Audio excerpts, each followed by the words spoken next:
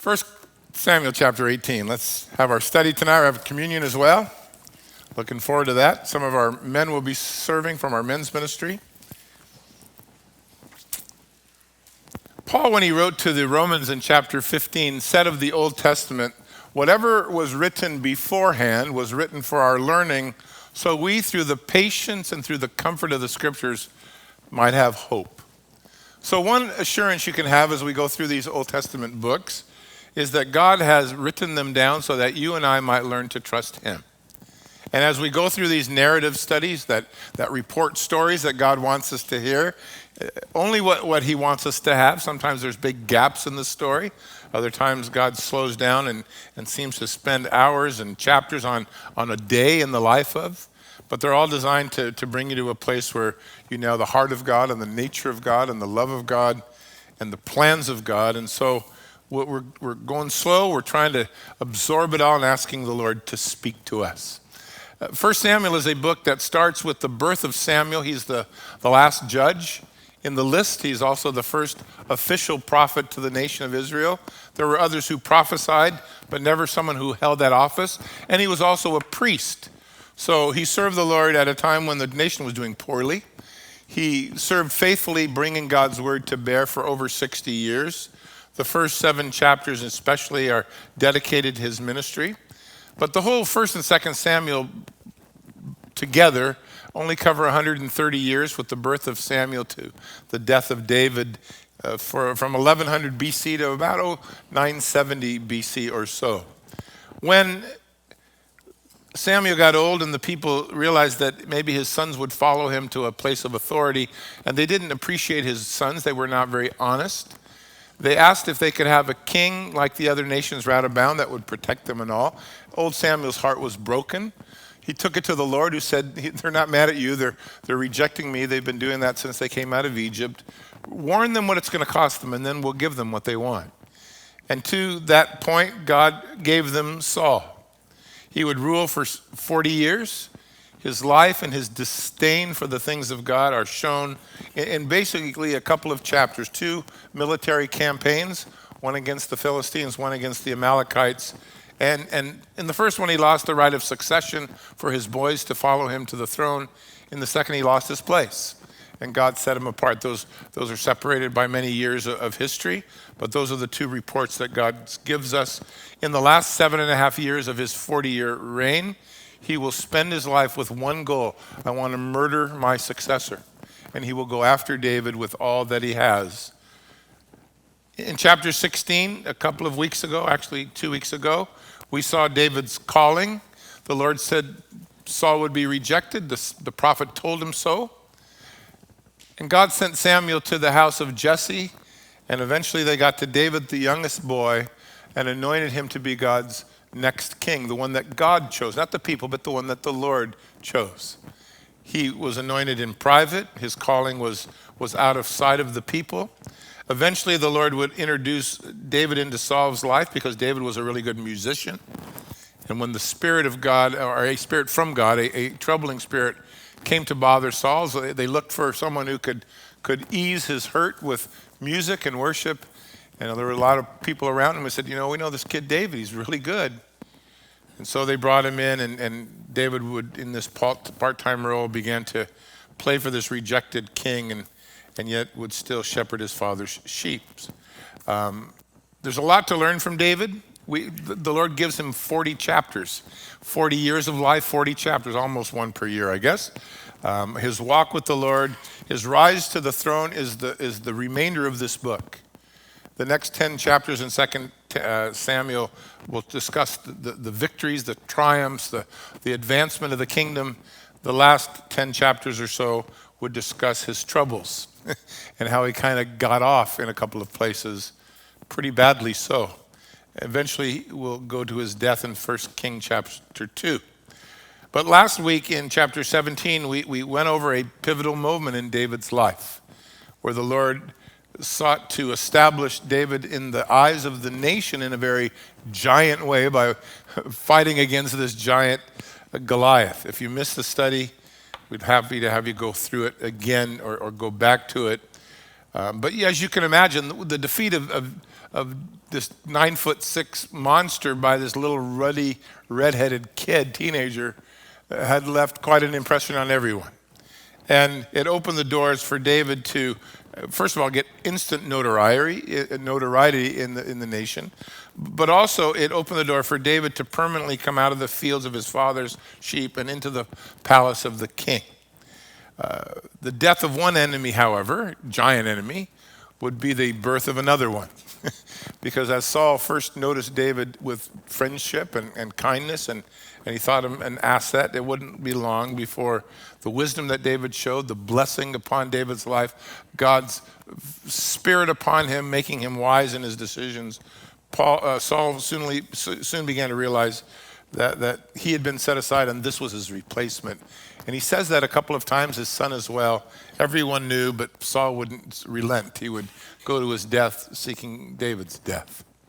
Chapter 18 and 19 and 20, we'll get kind of the quick alienation. And then in chapter 21 through the end of the book, we'll get the Chronicles of David the Fugitive. He's the Richard Kimball of the Old Testament, for those of you old enough to remember that series, The Fugitive. In these chapters, God sets these two men in contrast. It really is a picture of contrast. Here's David, and here's Saul. Here's a rebellious guy, and here's a man who has been faithful to the Lord. You learn from David how to count the cost for doing what's right, how to wait upon the Lord when you would like the Lord to hurry up, how you wait, not just why you wait, but how. For David, it meant 7.5 years of running. For Saul, it meant 7.5 years of holding to the throne in a stranglehold, though God had rejected him. But David was going to have to wait. When you read through these chapters, you want to ask yourselves, how come it is that God caused Saul or allowed Saul to stay on the throne for so long? Why didn't he remove him quicker? Why was he not blessing David, who had been so faithful? Why was this mercy extended to a man he had set aside? And what was David really learning? And I think we'll pick up the answers as we go. But for me, the best lesson I can give you from David's life through these 7.5 years is that every delay in your life as God's child is a divine delay. It is God's choice. You've handed the Lord your life. He may not explain why you're waiting, but that you have to wait has a purpose, and God has purpose for allowing you to sit and wait. On the other hand, if you want Saul's big lesson, it is how patient God is with a life lived in rebellion. How long God waits for this guy to come to his senses, the blinding influence of self and greed and the horror of living and unfortunately dying while refusing God every step of the way. He's sorrowful, but he's never repentant. He strives to hang on to what God has removed from him. He is absolutely the presentation of the tragedy of a wasted life. When he could have been so much, he was none of those things. So, last week we ended with David slaying Goliath, fighting the Philistines that day, and then bringing the head of this monster into Jerusalem, where Saul wanted to know whose boy this was. And they told him, this is the boy of Jesse. He lives in Bethlehem. And so that's where we pick up tonight in chapter 18, verse 1.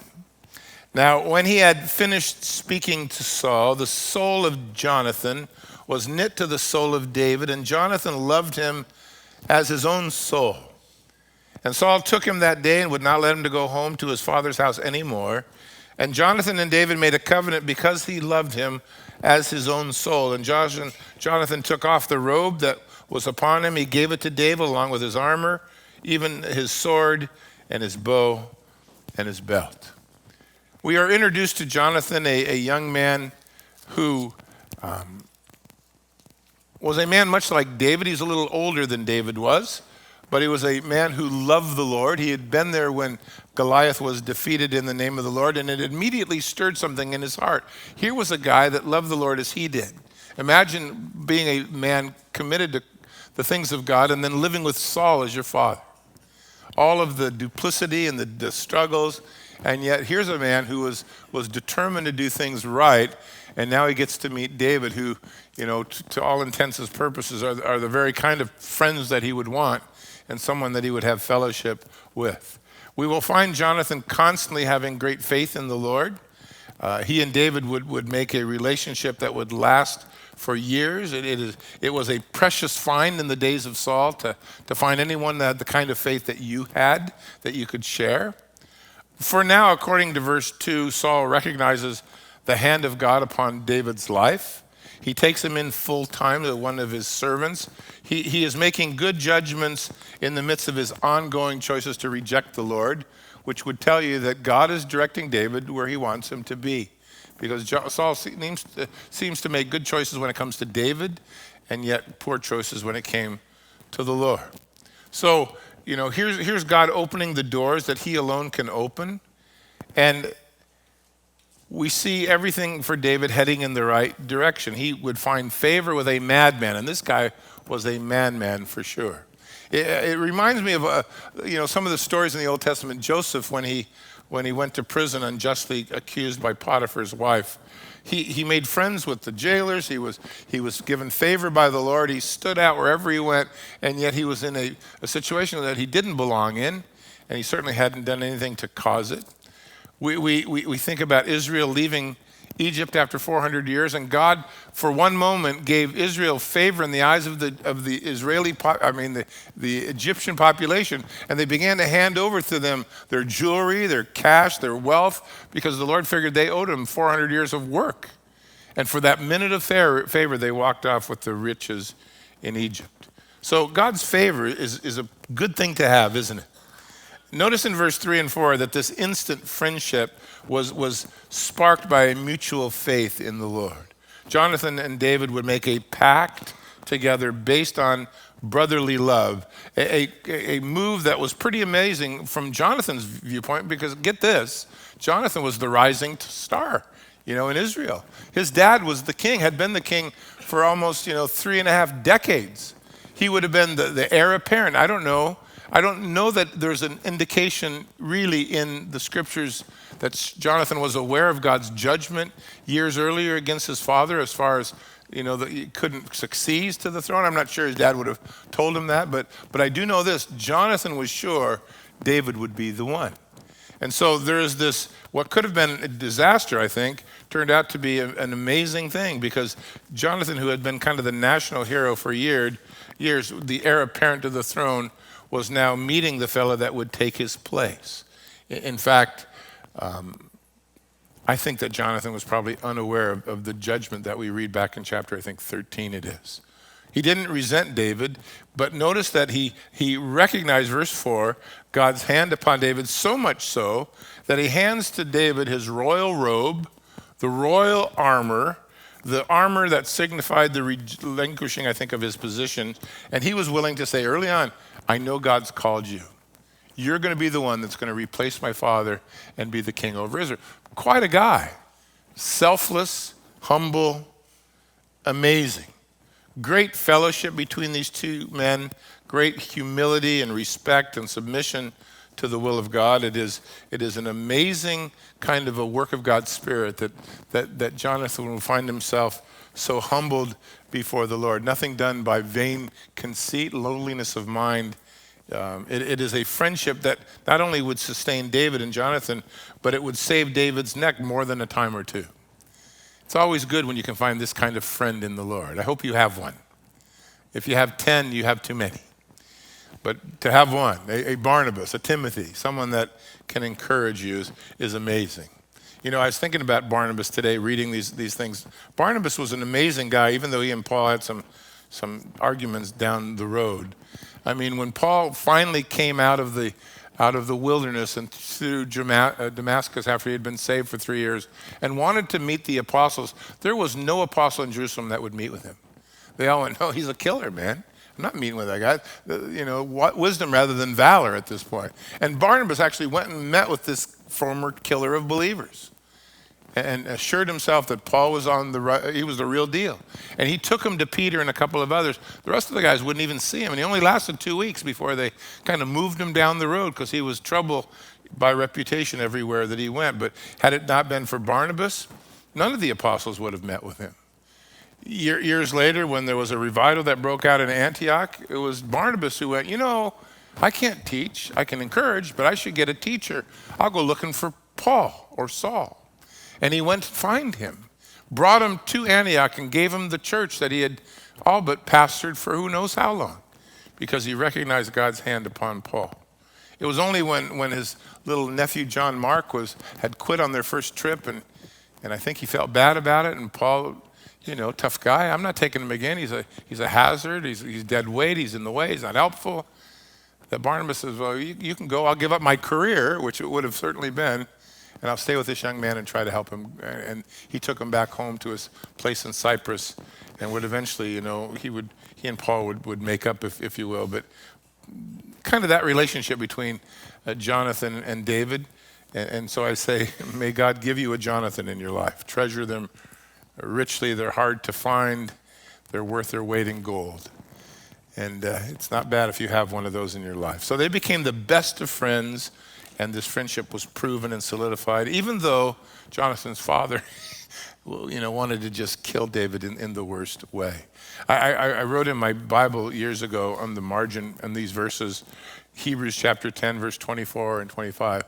Let us consider one another, to stir up one another to love and good works, and don't forsake the assembling of yourselves together, as is the manner of some, especially as you see this day approaching. Exhort one another. Good thing to be in church, especially in our culture today. The more you can hang around Christians, the better off you'll be, And so we gather as often as we're able to gather. So David had an instant friend in the palace, if you will.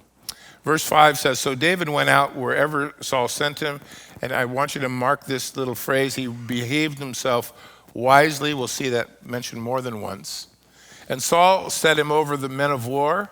He was accepted in the sight of all of the people, and in all the sight of Saul's servants as well. Now it happened as they were coming home, when David was returning from the slaughter of the Philistines, that the women had come out from all the cities of Israel, singing and dancing to meet King Saul with tambourines and joy and with musical instruments. And this is the song that they sang as they danced. Saul has slain his thousands, David his 10,000s. Oh. That was it, wasn't it? Saul was very angry. He was displeased. He said, this has been ascribed to David, 10,000 to me, just thousands? Now, what more can he have and want but the kingdom? And so from that day forward, Saul began to eye David, and I don't think with a nice look. So David went out and he began to serve. Again, time passes. We're not told how long. He was obedient to the direction of the king, though the king was not a godly man. It would have been a difficult, I think, relationship at best. I don't know if you have an unbelieving boss. Put yourself in that position. But he behaved himself, notice, wisely in all of his ways. He knew his place. He did what he was told. He served the Lord by serving Saul, and God continued to promote him. Eventually, we are told here in verse 5, he became chief of staff, if you will, in Saul's palace. Everyone looked up to him and accepted him for who he was, from the general public to the army leaders to the government officials. But I want you to notice that David got to this place of honor just by faithfully serving God wherever he was, right? He didn't promote himself. He wasn't out on a campaign trail. He just was faithful where he was, and by being faithful, God began to establish him. He was a faithful shepherd. He was a faithful court musician. He was a faithful armor bearer, and now he's a faithful military leader. Faithful in the little, God will give you much. You want to find where God wants you to be? Just be faithful, and more will come your way. And God will bring you to that place, hopefully, where you'll be full of what the Lord has for you. Now, look, make no mistake, David is able to stand in this lofty place publicly because privately he has a good relationship with God. So stuff at work or stuff with Saul or stuff in the army, we don't know what he might have faced, but he was strong because he had a personal relationship with God. And so without depending on his own selfish pursuits or his arrogance or demanding his rightful place, he was just going to wait upon God to open some doors, that's a pretty good thing to learn. He will stick to it wherever, we got him here so far. Let God be God, and I'll just rest in him. He did it well. There's a verse in Ecclesiastes chapter 9, verse 10, which says, whatever your hands find to do, do it with all of your might. For there's no work, or I'm trying to remember the verse now. There's no work or device or knowledge of wisdom in the grave where you're going. In other words, get busy now. Be diligent, fervent in the Spirit. What you do, Paul said to the Colossians, do it heartily unto the Lord. So here's David. Here's how David was promoted to that place of service. He did everything really well to the Lord, wisely and diligently. We read in verse 6, 7, and 8 that the custom of those days, and you can read it historically as well, that when armies returned from battle, they would often have parades in the streets of the capital to honor the king or to honor the fighting men. Unfortunately, the people often sang louder for, or longed for the praises of men more than the praises of God. But David, he's not like this young kid. This could turn his head.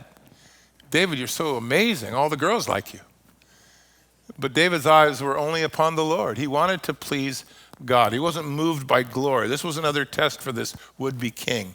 But his praises would only be to the Lord. Unfortunately, Saul was just the opposite, right? We know Saul to be a man who lived for the praises of men. When Jonathan, a couple of weeks ago when we were studying, when Jonathan had a victory in battle, it would be his dad who blew the trumpet and took the credit. Aren't we great is what he'd say. But what he meant was, aren't I great? When he was rejected by the Lord back in chapter 15, and Samuel said, God is done with you, it was Saul who said, well, can you at least go to worship with me? And Samuel said, I got nothing to do with that. And he said, could you at least go with me so the people will think well of me? He wanted the appearance of godliness. So he covets the people's praises. He reacts in anger and suspicion when he hears their singing. And he comes to the conclusion he's after my job, my place, my spot. Note to self, keep an eye on that opportunist David. So Saul appreciated David for a little while, but it wasn't long before jealousy and the inevitability of what God had told him sets into Saul's understanding.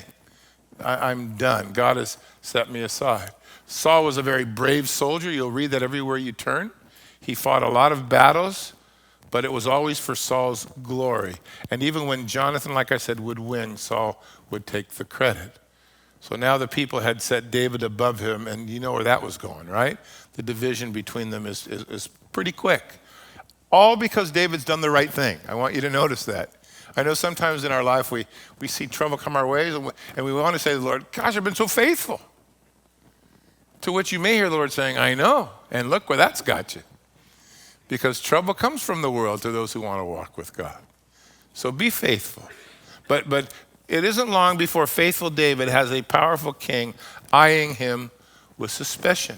Maybe this is the guy that God is going to replace me with. Saul had been receiving many messages from the Lord. Number one, his kingdom was taken from him. Number two, the Holy Spirit departed and an evil spirit, came to hang around from time to time. That victory of David over Goliath, either that was a really lucky shot or God was really with that kid. Jonathan's friendship, even his son had turned and admired David. The people loved and honored David above Saul, and Saul saw that God was with him. Wherever David went, David was blessed. In fact, look at verse 12, and we'll get there in just a moment. But it says, now Saul was afraid of David because the Lord was with him, and he had departed from Saul. Saul was greatly aware of his position. It left Saul hanging on to self-glory with a slippery grip and with kind of deep suspicions. And then you have David on the other side. No ambition, none. Serve the Lord. Protect the sheep, kill a bear, take on a Goliath, serve the people, make good choices. David always found himself just unmoved by his circumstances, just willing to submit himself to the Lord. Face of adversity, unjust suspicion, praises of men, hatred of the king. Poor young guy. And yet he's surviving all of it. So David just remained faithful. And like I said, these trials were caused by his faithfulness. He was just simply trying to do the right thing. And it happened, verse 10, on the next day, that the distressing spirit from God came upon Saul. And he began to prophesy inside the house. By the word for prophecy, there is the Hebrew word for ranting. So don't mix it up with the word prophecy as you would normally know it. David came to play his music with his hands, as with other times, but this time there was a spear in Saul's hand, like a Texas bar. And Saul cast the spear, for he said, I will pin David to the wall. But David escaped his presence twice, because Saul was now afraid of David, because the Lord was with him and he had departed from Saul. So just a day later, here comes this evil spirit, because that's what Saul has invited into his life. Notice, by the way, the close connection between jealousy and murder. Open the heart and watch the enemy step in. So here's plan one on Saul. Still kept to himself, but here's his secret plan. I will kill David with a javelin. Saul is slipping further and further away, not seeking God's deliverance, not sorry for his ways. Meanwhile, David is playing dodgeball with javelins, while Saul is playing pin the javelin on David. So if you ever wanted to be in ministry, think again, because there's always a few people with javelins that want to pin it to you. I wonder, and I don't know, but if young little, 17, 18, 19-year-old David didn't say within his heart, man, to just be back with my dad's sheep about now. Wouldn't it be easier a life than this life has turned out to be? I don't know if it ever crossed his mind to quit. It's crossed mine several times. But, verse 12, Saul recognized that God had left him and joined with David. But it didn't bring him to his knees. It's just amazing to me. He's still fighting God on his downhill trek. And in verse 15 in a minute, we'll read that he was even more afraid as time went on. So David, for his part, look at David again, doesn't retaliate for his murderous attempts. I'm not sure that he could have. Turns the other cheek. David is still doing the right thing, having to learn to trust God. Verse 13, therefore Saul removed him from his presence and made him a captain over 1,000. And he went out and came in before the people. And then we read again, David behaved very wisely in all of his ways, and the Lord was with him. And therefore, when Saul saw that he behaved himself so wisely, he was, by application, even more afraid of him. So all of Israel and of Judah, they loved David because he went out and he came in before them. Plot two, get rid of David. Let's demote him from chief of staff to the head of an army of 1,000 people. Maybe that humility or that humiliation would suffer. Maybe, he would get killed in battle. Let's put him out there where the fight is with the soldiers. And it still backfired. Why? Because the evilness of one man won't be able to turn the hand of God who is with you. Greater is he that's for you than he that's in the world. Maybe people tonight, you have enemies that don't love you, that don't even like you, that dislike you greatly. But if the Lord is with you, what do you have to worry about? And David's a pretty good example of that. He's a young guy with very little power yet he acted wisely, and we read again, God was with him to bless him. And David gets more acclaim and more notice. Said it in verse 5, said it in verse 12, said it in verse 15. David stays right in the will of God, in the center of God's will, and every plot of Saul's fails. It reminds me of Joseph's words to his brothers when they finally met. He said, whatever you plan to do, you planned evil, but God used it for good to bring about it as this day, save many people alive. Joseph was able to see beyond the wickedness of men to the goodness of God. And I think David was able to do that too, because Saul was a guy that I think he'd like to just slit his throat. Certainly, or get away from him as far as you could. David did neither. So here comes the testing of David's trust in the Lord. He's given a dangerous job. He's been a personal musician to a murderous boss. He's been the chief of staff and then demoted to a captain over just 1,000 men. He's seen the cheering crowds and then the hatefulness of his boss, all in the same week. But I love the end of verse, I turned the page already, verse 16, where it says that the people loved David because he was available to them. Isn't that great? right? In other words, he came in and he came out before them. He wasn't detached from the people. He didn't run out the door. He was a man who served the people with his life. I don't know if David, well, I'm sure he didn't know that for the next 7.5 years it was about to get a whole lot worse. I'm sure that he didn't realize this is what he had signed on for. But why does God allow this? God allows things to test you, to strengthen you, to enable you. There's never any learning if there's no pressure. I guarantee you, we don't learn when there's no pressure. I thought about Moses. He spent 40 years at the backside of the desert to learn he was a nobody, but that God could make somebody out of a nobody if he would just trust the Lord. So, look, if you're going through it today, I would say to you, either A, you're really living in sin, or B, God's got some really good things for you to do, and he wants to teach you great things. So the road was going to get harder for David, but so far all he's done is kill a giant and showed up and been faithful and wise in everything he's done. And he's got javelins thrown at him and demoted and publicly humiliated, and he continues to be faithful. Verse 17, then Saul said to David, here is my older daughter Merab. I will give her to you as a wife. Only be valiant for me and fight the Lord's battles. For Saul thought, see how the Lord knows what you're thinking? Let my hand not be against him. Let the hand of the Philistines be against him. And so David said to Saul, who am I and who is my life or my father's family in Israel that I should be the son-in-law to the king?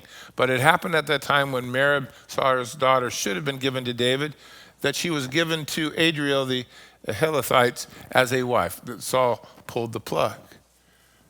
Plot 3, let me use my oldest daughter as a hook to further have David risk his life in fighting. Now, if you were with us last week in chapter 17, one of Saul's promises to whoever would kill Goliath was that he would give them his oldest daughter, which happened to be this one. So, shouldn't David have had her anyway? I guess she should have. So here's what he says, go fight the Lord's battle and I'll give you my beautiful older daughter. Translation, go get yourself killed and I'll be rid of you and I won't get blamed for it. No blood on my hands at all. And he hides his ways under these spiritual kind of language. He's real good at that. Psalm, I think it is 55, says the words of the mouth of his mouth, the wicked one, is smoother than butter, but war is in his heart. His words are softer than oil, but he draws the sword with them. That's a pretty good description of this man. He is just slippery. Notice in verse 18, again, it doesn't work. David wasn't driven to self-gain. He had a love for the Lord, so he answers Saul very humbly, look, me or my family are in no status to become kids of the king or relatives of the king. I'm in no position to hold such an honor. And he refuses, that honor. Jeremiah said in chapter 45, would you seek great things for yourself? Don't seek them. But I'll give you life as a prize wherever you go. Don't seek glory for yourself. Here's David, humbly, and because he's humble, notice he doesn't fall into the trap. Saul in verse 19, realizing this had also failed, gives his promised daughter to another. Just kind of pulls the plug. By the way, this is free. This is free. Well, it's all free, but this is free. In I think it's chapter 21 of 2 Samuel, all 5 kids of this woman and this man are going to be hung by the Gibeonites. So the future of this family does not turn out very well, nor their relationship with God. But for now, again, here's the father doing what he does best. In verse 20, Michal, Saul's daughter, she loved David, and they told Saul, and that pleased him. So Saul said, I will give her to him that she may be a snare to him. Again, same plan. And that the hand of the Philistines might come against him. Therefore Saul said to David a second time, you shall be my son-in-law today. So David does appear to have had a real love for this girl, Michal. Saul, discovering that, thinks, all right, I'll use that. Now he's motivated not just by loyalty, but by love. And so the Lord reveals the heart of Saul to us again. Maybe I can use this to kill David. And here comes yet another trial, right? I mean, David, he's just been faithful, and he can't get a break. Verse 22, Saul commanded his servants, communicate with David secretly and tell him, look, the king has delight in you. I can't believe he'd believe that. And all of his servants love you. Now, therefore, become the king's son-in-law. And so Saul's servants spoke these words in the hearing of David. And David said, does it seem to you a light thing to be a king's son-in-law, saying, I am poor and a lightly esteemed man? In other words, I have no position really of honor. And the servant said to Saul, in this manner is what David answered us. And Saul said, thus you shall say to David, the king did not desire any dowry, but he wants the 100 foreskins of a Philistines to take vengeance upon the king's enemies. But Saul thought to make David fall by the hands of the Philistines. So when his servants told David these words, it pleased David well to become the king's son-in-law. Now the days had not expired yet. Therefore David arose and went, he and his men, and killed 200 men of the Philistines. And David brought their foreskins, and they gave him a full count to the king, that he might become the king's son-in-law. So, ridiculous request. David again humbly refuses, slow to receive it. Saul is stymied by David's honesty, admits his poverty, his inability to pay a dowry to marry this woman. And he says, well, I'll make it easy for you. Here's what you can pay. And so David, thankfully, he loved her, goes out and does twice what he's been asked to do. He does twice as much in half the time. And Saul is obligated to give David Michal to his wife, and it's the old curses foiled again. Verse 28, so Saul saw and knew that the Lord was with David. Man, how long would that take? And that Michal, Saul's daughter, loved him. And Saul was still more afraid of David. So Saul became, David's enemy continually. And then the princes of the Philistines went out to war, and it was so whenever they went out that David behaved himself wisely, or more wisely than all of the servants of Saul, so that his name became greatly esteemed. I want you to notice 3 times you read here, Saul was aware that God had chosen David, and God continued to bless David's faithfulness, but Saul doesn't respond to what he sees. He sees it, he doesn't respond to it. On the other hand, David continues to draw closer to the Lord. As he becomes Saul's enemy, he still maintains his friendship with God. God continues to bless him. And as the months and maybe more go by, at every place of battle, David is just that faithful, godly man, acting wisely before the Lord. And he's not trying to promote himself. He's just trying to be faithful. And that's where he gets to where he's going to be king. But he gets there because he has been faithful. Back in chapter 3, before we have communion tonight, we are given this beautiful picture of Jesus' love in type. And you find it in the relationship of Jonathan's love for David. Think about it this way. David is being loved by the son of the king. And he is being hated by a disposed king. Satan, who was the god of this world, was your god for a time, hates you now. Well, he hated you before, but now he overtly hates you. In chapter 19, Saul will throw off all pretense and come out in the open with his one intention, kill David. He throws money and troops and time and weapons at it and bribes and everything else. There's no more schemes, no more plots. It's public welfare and murder. That's all that he has in his heart. Well, that's kind of what happens when you and I get saved. We experience the love and the fellowship of Jesus, but we also incur the wrath of the enemy, who wants to just destroy that which God wants to do. God has defeated the enemy for us. It won't be long before Satan is removed, but much like Saul, in this life, he's going to hang around, isn't he? Though he's not your God anymore and you're not a part of this world, he is going to do everything he can to destroy. But you remain faithful, and one day you will be gathered together with him. So God makes a covenant of love with you, even as Jonathan and David made with each other.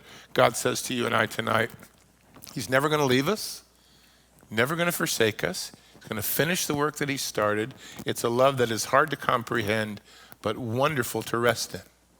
It is beyond our understanding. Paul, when he prayed for the Ephesians in chapter 3, prayed that the Ephesians might know what the length and the breadth and the depth of God's love for them was. I don't know if you realize it. I mean, communion is a good way to think about it, though. You know, this happened so that you could go to heaven. This was a huge sacrifice. It was a love where God sent his best. And it is, you know, love is measured by a gift, and the gift's value is measured by its cost, and God sent his best so that you and I could be saved. God demonstrates his love towards us. Romans says, while we were sinners, Christ died for us. In this is love, John would write, chapter 4, verse 10, 1 John. In this is love, not that we love God, but that he loves us. That's an amazing thought. That we love God given. How can you not love God? That he loves you and me, unbelievable. For some of you, worse than others, right? And you know who you are. Hopefully all of us. At the Last Supper, Jesus said, this cup is the new covenant in my blood, which is shed for you. They made a covenant. These two men made a covenant out of a love for the Lord, a devotion. But in that, you get this wonderful picture of God's love for you and for me. And all that God requires of us is obedience or allegiance to that covenant. You can go back and read Psalm 91. It's a great psalm. But it says, you know, because we've set our love upon him, then that's why the Lord is going to respond and bless. In fact, if you go read Psalm 91, there's 13 verses of what you've done in your obedience and will to walk with God. And the last 14, 15, 16, last 3 verses are God's response to a submitted life. What he will do, what he promises to do in response. So we'll leave David tonight in jeopardy. I mean, he's done all that he could to do the right thing, and he finds himself in a terrible place. But if you outline the chapter, you know, here's the points for David. He's faithful. He's not self-seeking. He's wise. And he's dependable. And then there's this other guy who is frightened, suffering, aware of what's going on, and unwilling to surrender. 7.5 years of God waiting upon Saul. Maybe he's waited for you twice that long. When are you going to wake up and give him your life? For the rest of us, hey, if the Lord is taking you through it, there's a good purpose for it. Every delay in the life of a believer is divine, right? Is divine. And rather than struggle with it, let's let the Lord just be the Lord. And let's, like David, serve him faithfully wherever he puts us. And God will open the doors that no man can shut. Next week, our intention is to take 2 chapters because the story kind of stays together. So if you'll, you know, read through them, I think there's, I don't know how many verses, but you'll make it. And then we'll gather together next Wednesday night and we'll take a run with David. Father, tonight as we sit together, it is so good to go through your word together, to let your Spirit speak to us through these narratives that you set before us, to realize that Lord, as you've chosen David, so you've chosen us. And we read in these verses time and again, and the Lord was with David, and the Lord was with David, and David was wise, and the Lord was with David, and the Lord blessed David. And Lord, certainly we can expect that from you as well tonight. That if we'll just keep you first, if we'll allow ourselves to just respond to your word to us, that you'll be with us as well. And you'll give us wisdom, and you'll bless, you'll protect us from the enemy's plans to just get us to get in the flesh. And David just was not fallen for all of these glorious offers that just didn't interest him. He was interested in you. And we realize he was good in public because he was right with you in private. So help us tonight. May all of us be able to say we are right with God. We are right with God when no one's watching, when no one knows, when no one sees. Our strength is in the Lord.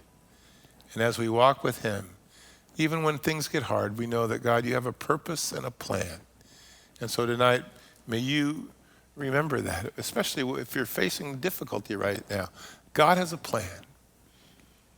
And as we have communion served by, like I said, some of our men's ministry guys, would you just stop and think for a minute? There's a deal God made with you. He'll send his son. He'll take your sins. He'll give his life. He'll pay with all that he has. If you will simply trust him and agree to serve him with all of your heart, to be interested in what he wants, to live your life not for you or for this world, but for his glory. And glory will await you one day. Well done, good and faithful servant will be ringing in your ears as you step into his presence. If you don't have a relationship with God, it only requires that you agree with God that you're a sinner, you can't save yourself, and you acknowledge that God sent his son who would give you what you couldn't get on your own, holiness and perfection and forgiveness through his blood that was shed. And tonight you can ask Jesus into your heart. When we dismiss in a little while, you can come talk to the pastors up front and tell them that you got saved tonight. You asked Jesus into your heart. And we'll give you some Bible studies to take home so that you can be sure of God's promises. But if you'll hang on to the cup and the bread as these men serve you, and then we'll partake together. But stop and think for a couple of minutes how much God gave you and for you that you could sit here tonight knowing there is no records of your wrongs in his presence and a welcome sign with your name on it at the door. Jesus did that. Praise the Lord. And let's worship him as we consider his sacrifice.